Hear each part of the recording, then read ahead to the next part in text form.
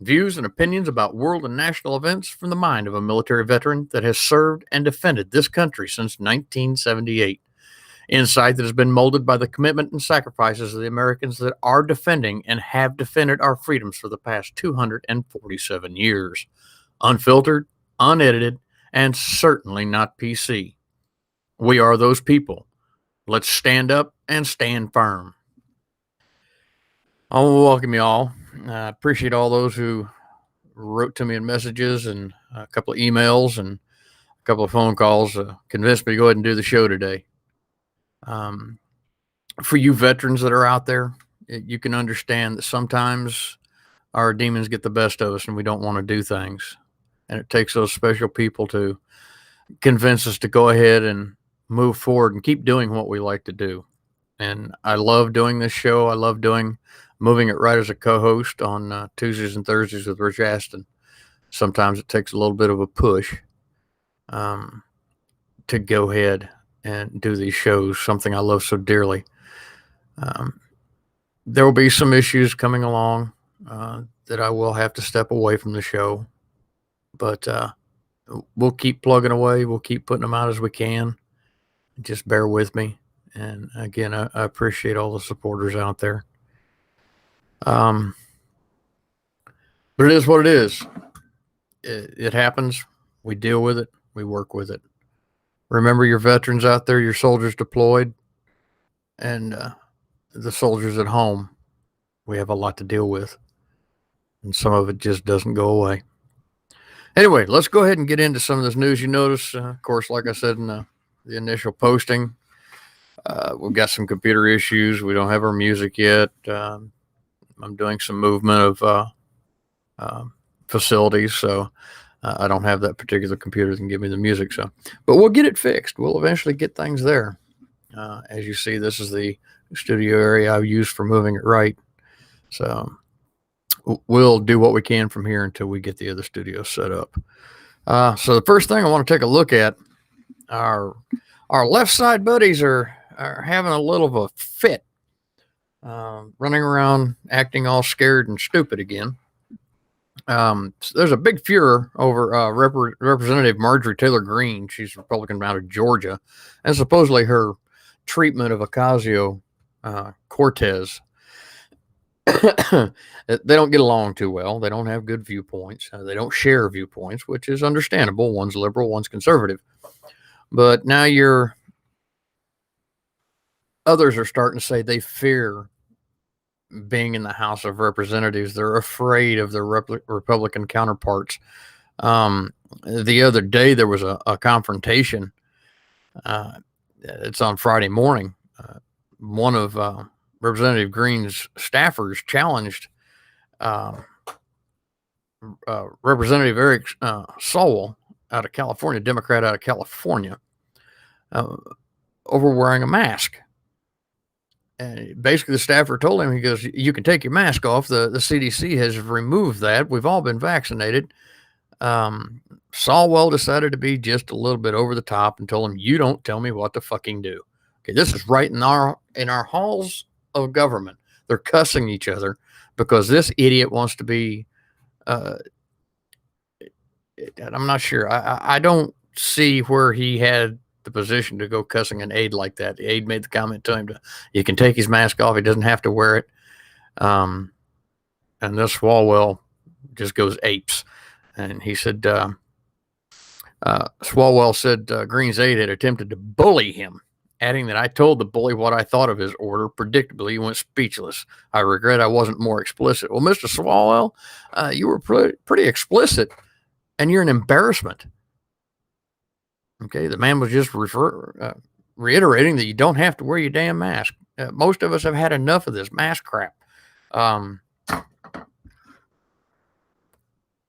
Any other time in life, if you were caught running around, especially the halls of Congress or in some of the places we go to nowadays with one on, if you were caught before with those on, you were considered a criminal of some type. So get over it. Quit. Stop with the stupid stuff. Now they're calling for increased security. Even though the fences are still in place since January 6th. And even the Democratic lawmakers are less profile than Ocasio-Cortez are expressing alarm. This Brendan Doyle out of Pennsylvania said there's a real and marked difference in the atmosphere at the Capitol since January 6th. He says, I have friendships on both sides of the aisle, but I have to say, even I really feel the tension. I have my own suspicions of certain colleagues of mine who are down the rabbit hole of conspiracy theory and egging on the insurrectionists, people that would literally want me dead. Now, come on. Some of the most well protected people around the country next to the president, and you are afraid? And you're calling it an insurrection? Um, I don't know about most of y'all out there, but this is absolutely stupid. This is something that happened on January 6th. We had a few people out there that acted stupid. Got it. The majority didn't. But you're going to hang on to this to force your wokeness here. And you're intimidating the American people. You're trying to convince them. And there's a lot of American people out there that'll believe all this crap. You know, of course, the Republicans are bridling at the kinds of remarks. But again, this Boyle said January 6th marked the first time he had begun to seriously think about his own safety. Really? No, it's crazy. You say you don't want to live in a cocoon there, Boyle, but you're creating one for yourself. You're trying to get a cocoon of security where nobody can get near you. And he claims that, his party is more likely to be targeted. Well, what do you think with the crazy things you're coming up with? When you start pushing a socialist agenda on the American people who are, free and right people, yeah, you might get targeted for some things. I don't condone it. But how about, let's say you'll get targeted for removal from office through election, which I think should happen. They say they fear for Ocasio-Cortez's safety. That dimwit there, I don't know whether she could figure out what safety is or not. Unless somebody told her. Hopefully it's got a shot glass so she can, kind of calm her fears. It's absolutely crazy.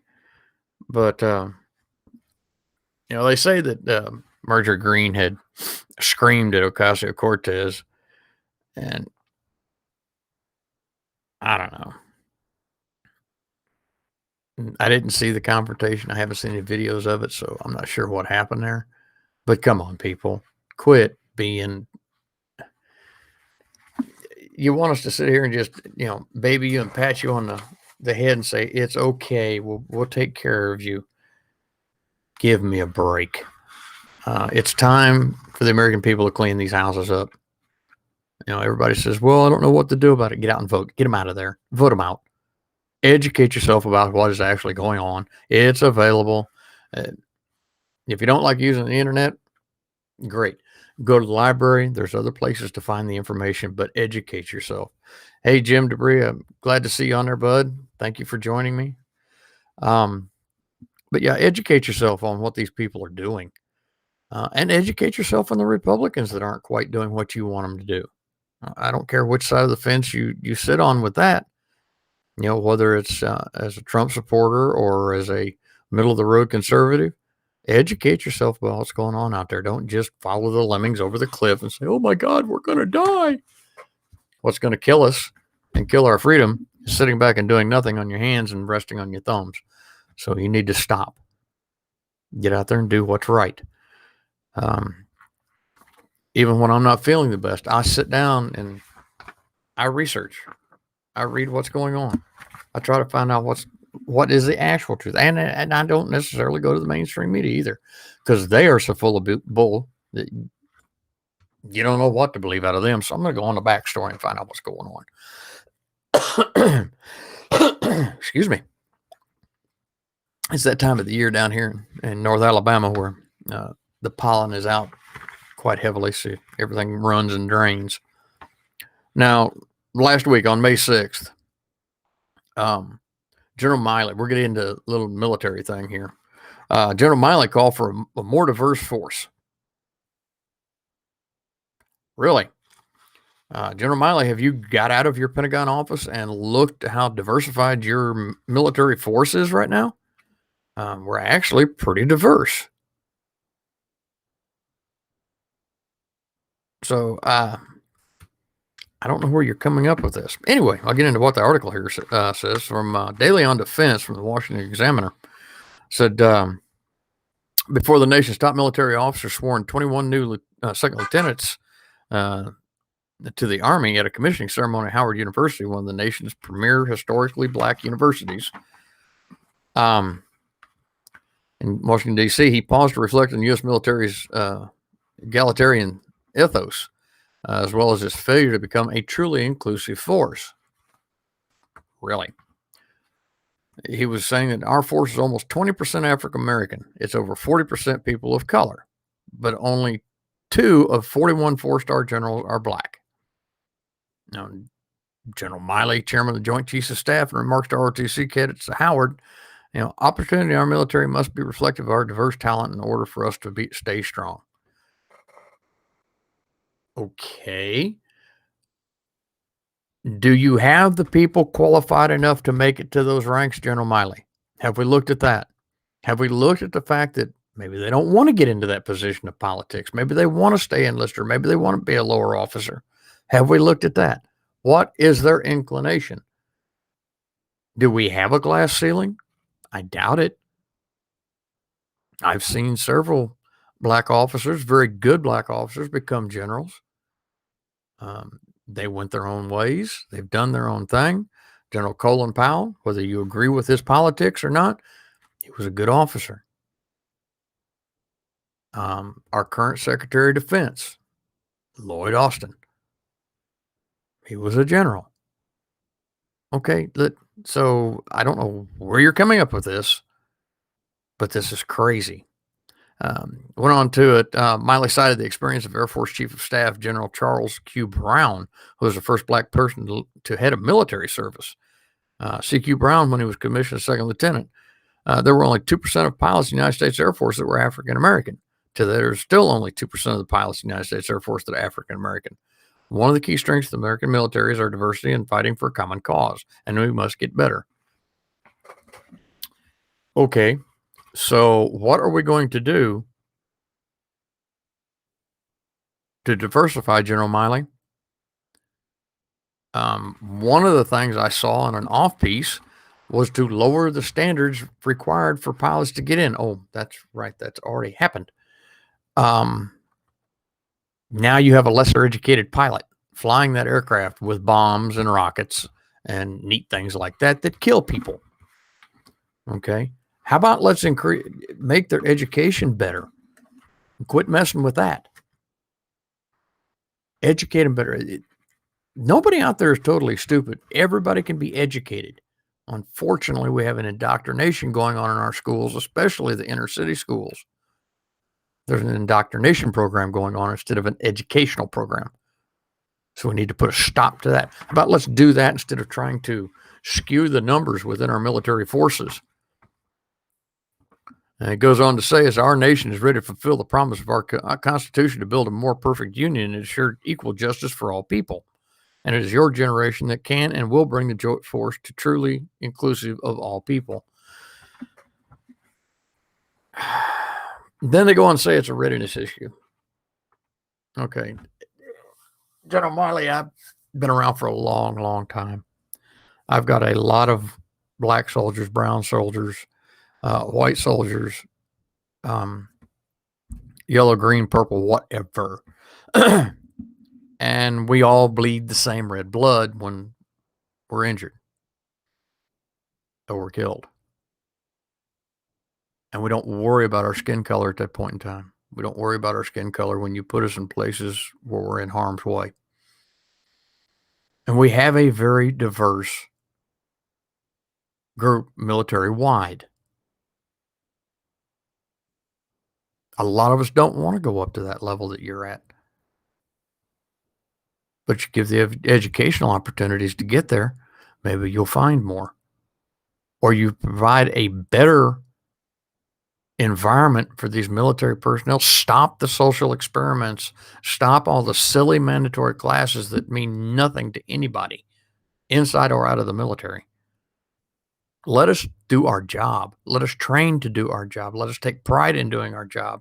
Stop with the silly name changes. Stop trying to take things away from people because, oh my God, somebody out there got their feelings hurt.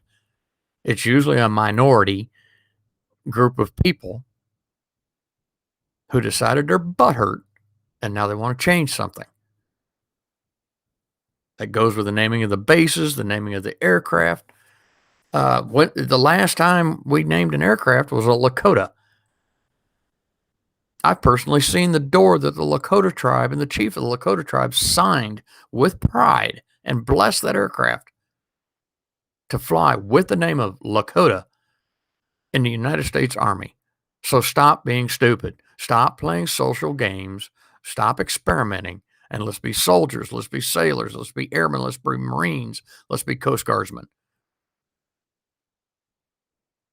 This crap of social experiments within the United States military started back during Vietnam because of all the upheaval and unrest at home. Now, a lot of good things came out of it.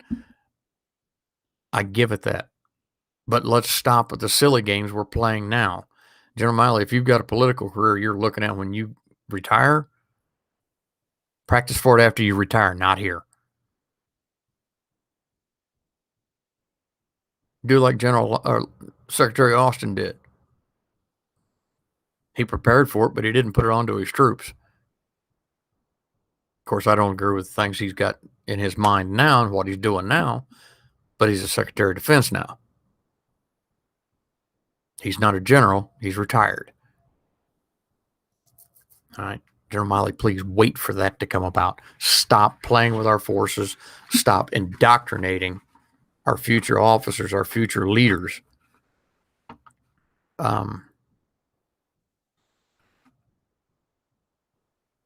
Diversity can be a readiness issue, but not in the way you're looking at it. I don't see your 4-star butt down there on the ground standing next to me when I'm picking up a soldier off the ground in a medevac, nor do I see you standing next to that ranger taking rounds.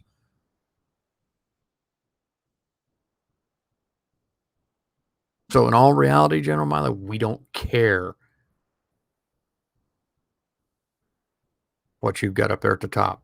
We want you to lead us into battle. We want you to lead us in preparing to go to battle. We want you to lead us in training, not what your political agenda and diversity and all this other mess you've got going on. We don't care about that. We want to do our jobs.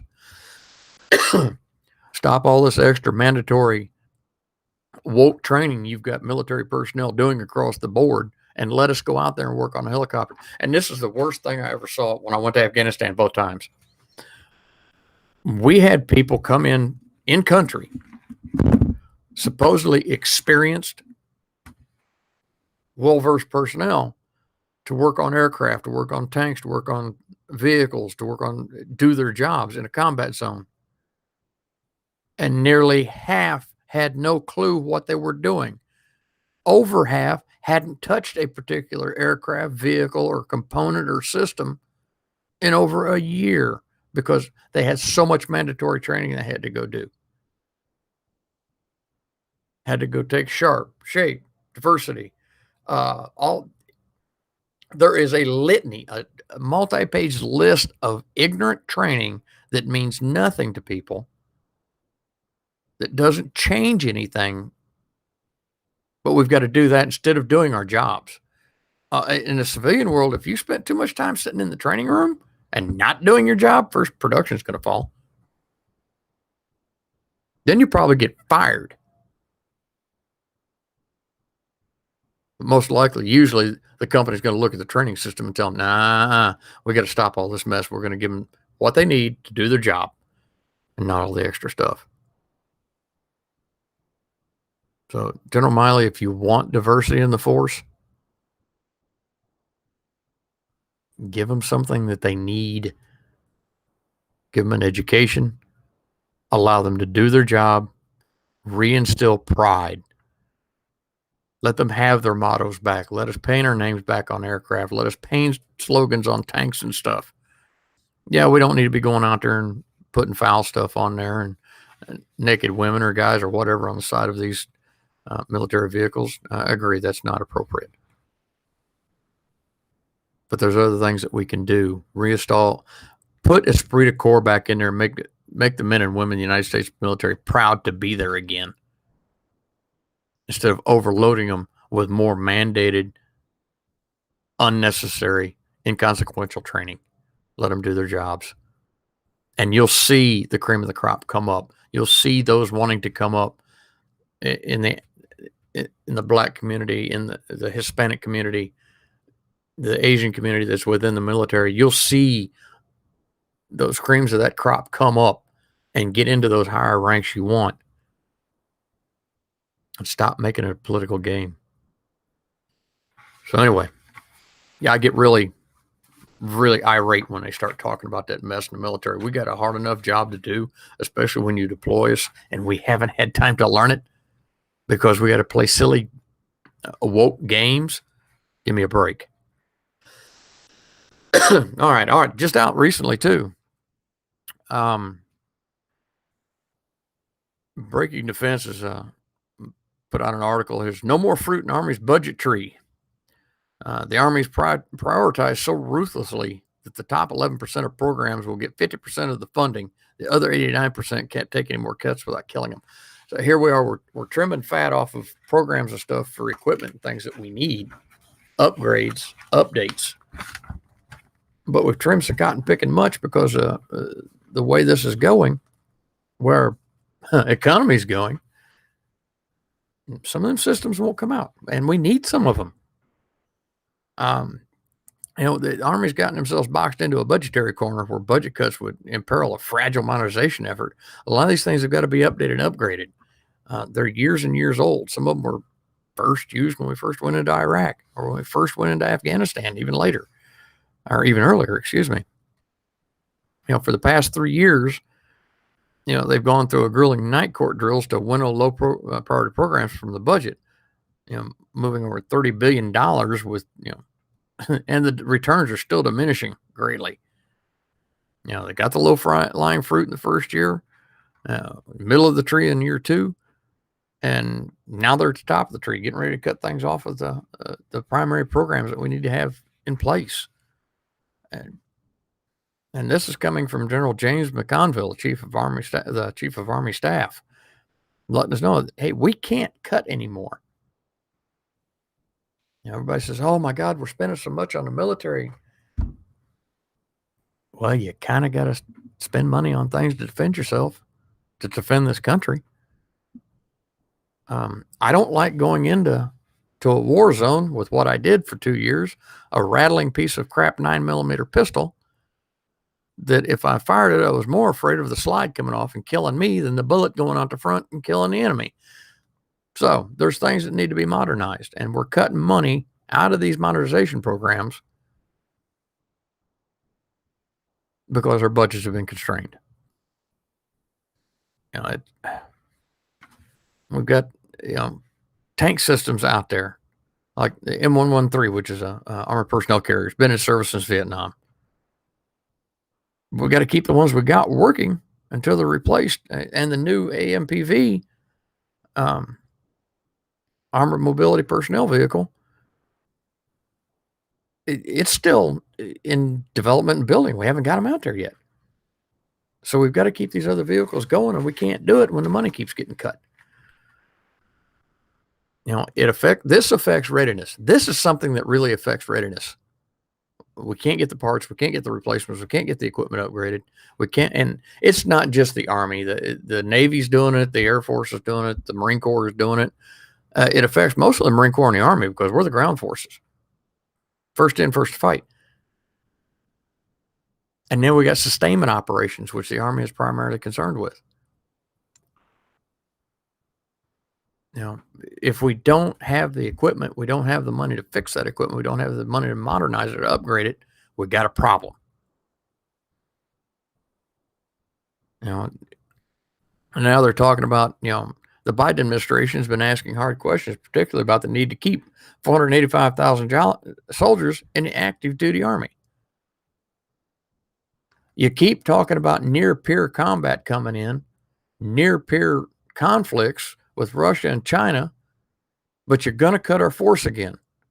Thank you, Jimmy Carter. He started that silly crap, at least in my memory. Cut us so bad post-Vietnam, we couldn't respond to other conflicts around the world. You know, people are saying these are very good questions. No, they're not. That's a dumb question. Instead of reducing your force, how about increasing your force? Look what China's done with their force. I mean, they outnumber us almost 4-1, if not more. I'm not sure the exact total. Same way with Russia.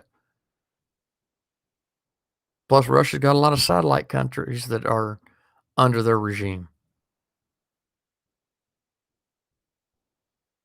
We have some of the best fighting men and women in the world.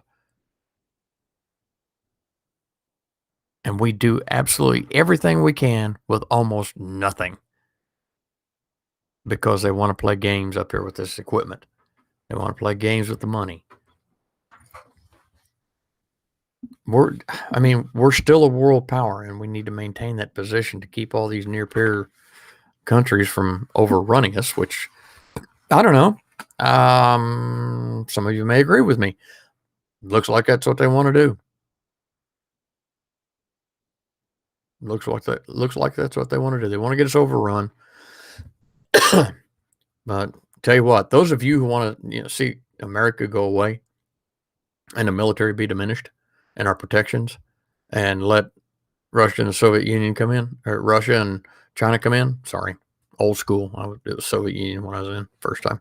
Anyway, why don't you go live in that country? Leave the United States, go live in that country and see how it is, and let me know how that works for you. Okay.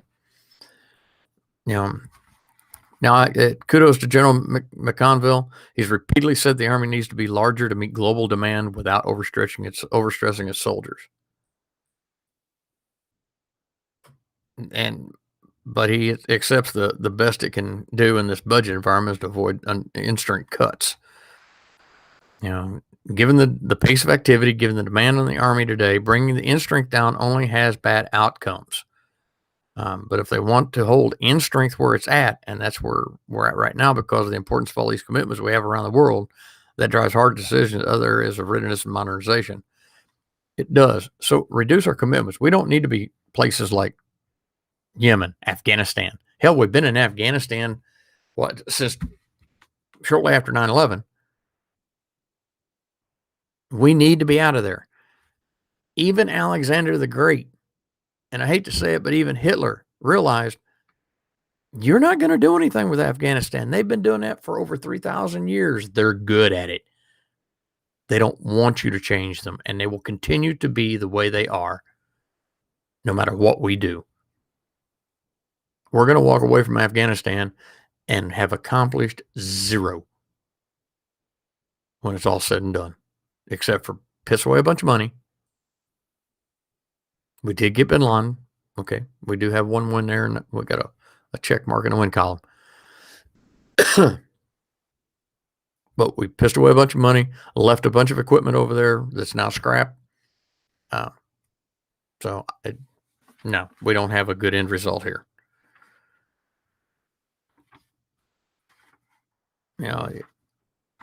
They state that when it comes to readiness cuts, there's a lot of bad ideas. The withdrawal from Afghanistan, he said, involves so few troops that it doesn't significantly lessen the Army's operation and maintenance costs. It doesn't lessen it whatsoever. We still got to keep that stuff going to protect those guys, men and women over there still. Not many left. You still got to keep them going. So, but yeah, they're wanting to cut down on all of our programs to get rid of all this equipment. I think it's crazy. It's absolutely nuts. And I don't think they're thinking with a clear head. I get it. We've got to cut some money somewhere because we're not going to get any more out of this administration. There's too many of the liberals in there that want to see the military cut just like they want to defund the police. So, again, I urge my viewers and listeners, the American people in general, educate yourself. Learn, look at what's going on. Open your eyes. Take the rose-colored glasses off. So, short show today. That's about all I have. But I encourage everybody, as I say throughout the show, educate yourself. Know what you're talking about. Know what's going on around you. Whether you're a conservative, a progressive, a liberal, uh, conspiracy theorist, whatever you are, make sure you're educated and can stand your ground. And when you go to make a change, it's an educated, well-founded, grounded change. And you know what you're getting into. I love this country. I've served it for several years, for many years, um, both in the military and on emergency services and in various other capacities. I don't want to see it go away. So that's all I have for today. From North Alabama to all of you out there across the country and around the world that hear this, I thank you very much for bearing with me and handling the quirks of the show and my personal attributes. Again, I'll do the best I can to make sure I get the show out and to talk to you. And next show, hopefully, will be a little bit longer. I'll have a little more prep time and a little more input on it. So until then, be safe, be well, educate yourself, watch what your leaders are doing and hold them accountable for it. And God bless America. This is Terry Mills, View from Military Mind. You have a great day.